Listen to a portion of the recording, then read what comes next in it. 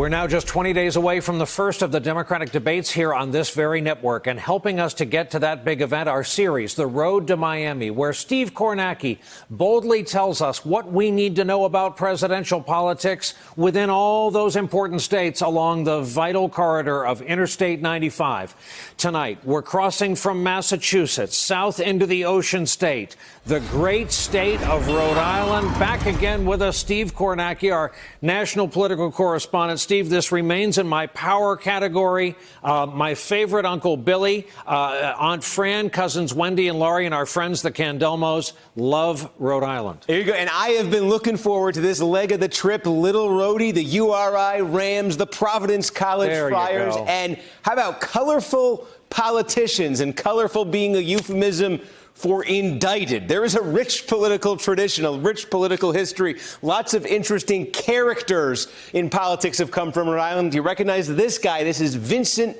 A. Cianci Jr., Buddy Cianci. He was the mayor of Providence. He pleaded no contest to charges, had to leave office, staged a comeback, became the mayor again, got convicted of racketeering, had to leave office, went to prison, came back, ran for mayor again. That was Buddy Cianci's life in politics in Rhode Island. At the end of it, he died a couple years ago. Toward the end, he was honored with the unveiling of an official portrait at City Hall. At this ceremony, you see Buddy Cianci here. He turned around, he looked at that portrait, and he said, "You know, I always said the government was trying to frame me."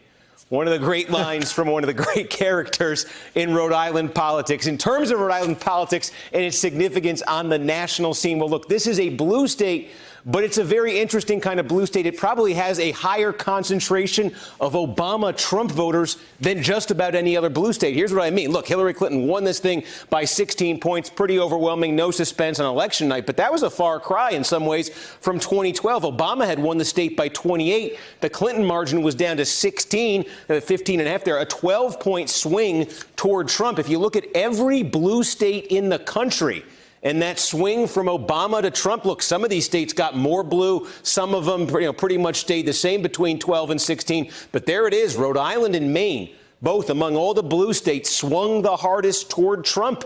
So you've got, and we talk about it all the time, in places like Wisconsin and Pennsylvania and Michigan, those Obama-Trump voters, they exist in Rhode Island. There's a lot of them in Rhode Island because there are a lot of those blue-collar, white working-class voters in Rhode Island. Also, the most Catholic state in America is Rhode Island. So you certainly find those Obama-Trump voters there. There's not going to be enough to ever swing the state in the near future, I think, toward the Republicans. Hey there, I'm Chris Hayes from MSNBC. Thanks for watching MSNBC on YouTube. If you want to keep up to date with the videos we're putting out, you can click subscribe just below me or click over on this list to see lots of other great videos.